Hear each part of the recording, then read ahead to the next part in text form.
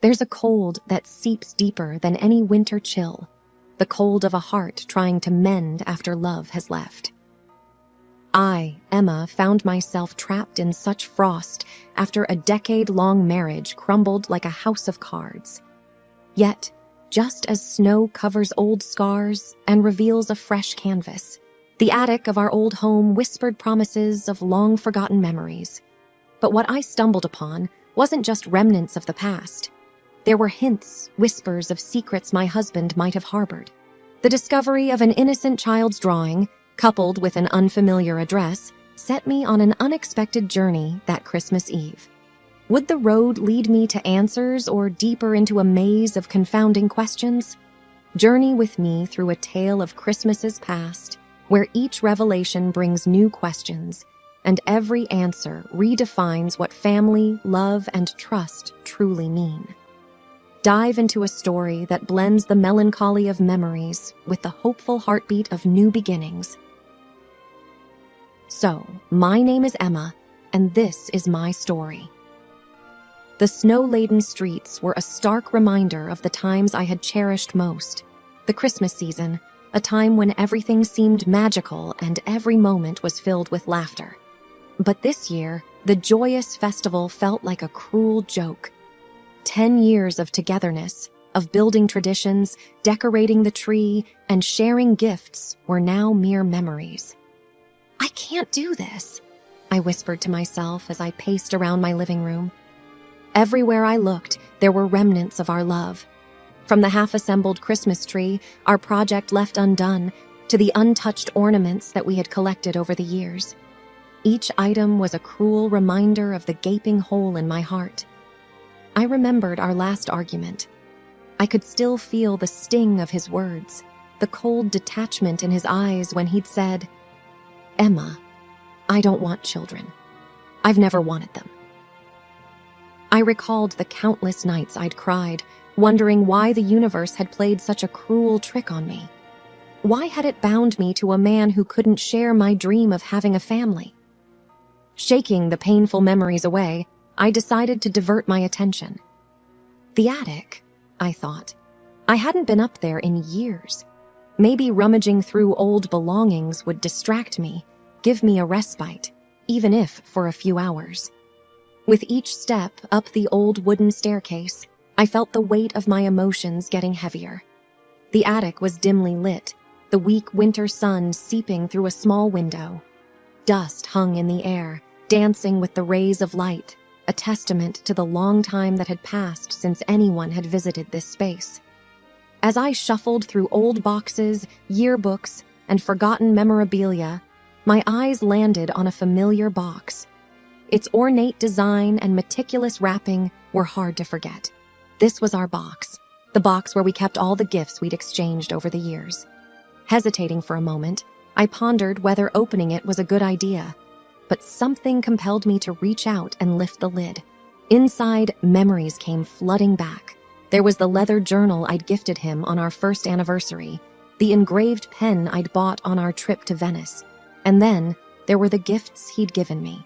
The silver locket, the beautiful hand-painted scarf, the numerous letters filled with promises and dreams.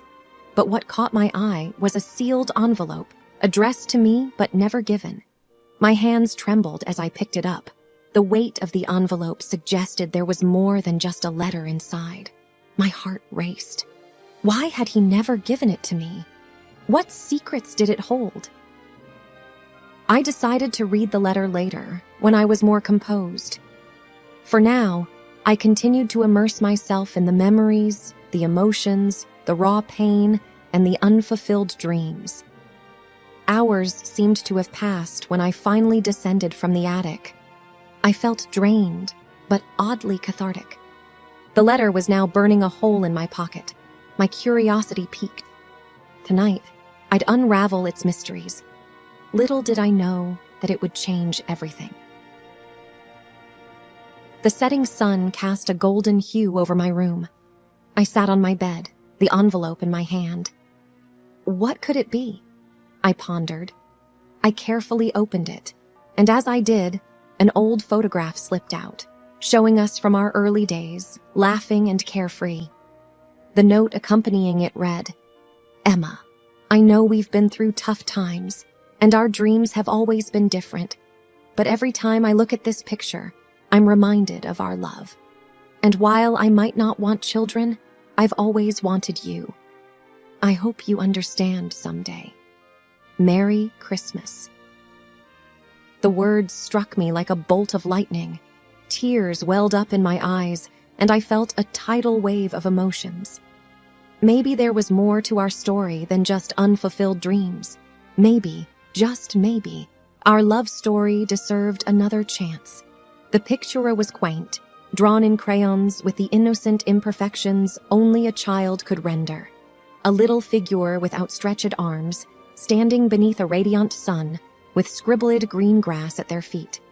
The words, "For your favorite daddy," stood out in a bold, childish scrawl.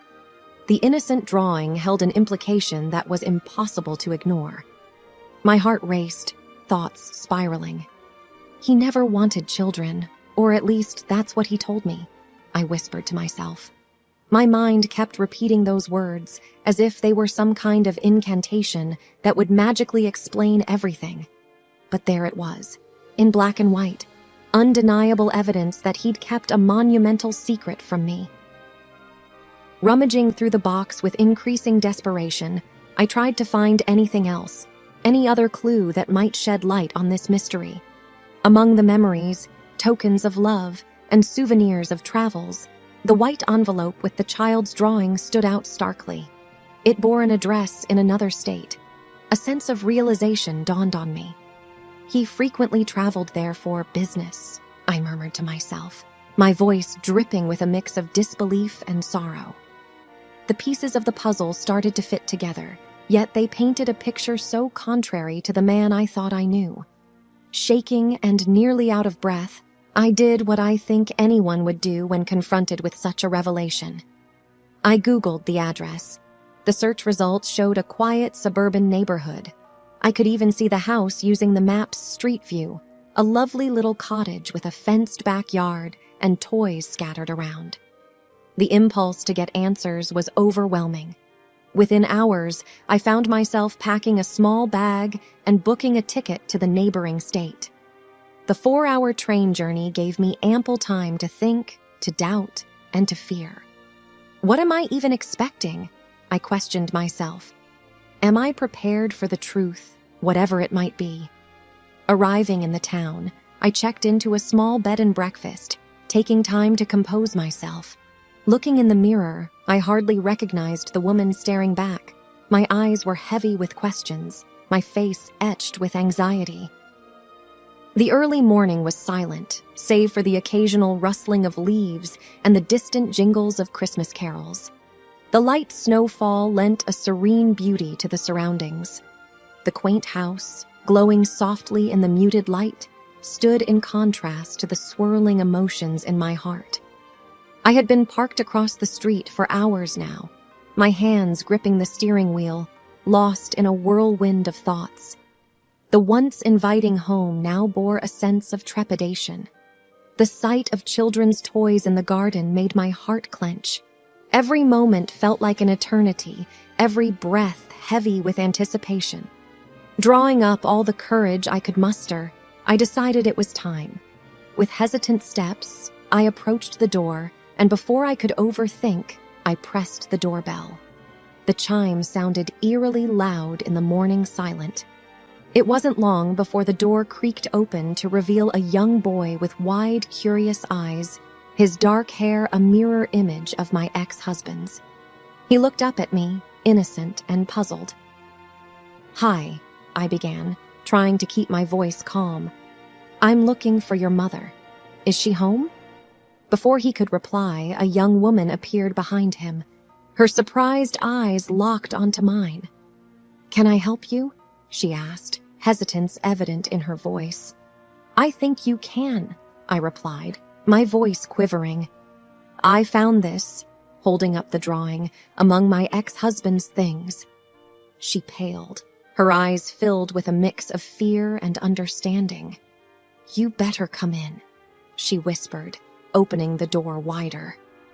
As I stepped inside, I couldn't help but wonder if I was ready for the answers that awaited me. We sat in her cozy living room, a warm fire flickering in the fireplace. The aroma of baking cookies filled the air. Her name was Clara. As the evening wore on, she unveiled their story. My ex-husband had been a part of her life for years. Their affair, though passionate, was always shadowed by secrecy. When she got pregnant, he felt trapped and fled, leaving her to fend for herself and the baby. Listening to Clara, I realized the profound loneliness and challenges she had faced. Our shared heartaches and betrayals drew us closer. We laughed, cried, and vented. We spoke of dreams crushed and promises broken. In that intimate sharing, an idea bloomed. "Why don't we spend Christmas together?" Clara suggested. "After all, we're both alone, and isn't Christmas about love and unity?" I nodded in agreement. The idea was comforting. Perhaps, in the company of someone who understood my pain, I could find solace and start healing. The night turned into day, and Christmas dawned bright and hopeful. Clara, her son Liam, and I spent the day in joyous celebration, forging new traditions and creating fresh memories. There was laughter, delicious food, and the love that only true understanding can bring. Months turned into years. The bond that started that Christmas Eve grew stronger. Clara became more than just a friend. She was family, and as for me, life took a turn for the better. I met Daniel, a kind-hearted man who shared my dreams of a family and children. Together, we embarked on a journey of love and understanding. Looking back, I realized that while one door had closed, another had opened, offering hope, love, and a promise of a brighter tomorrow. The pain of the past became a stepping stone to a future filled with love and contentment.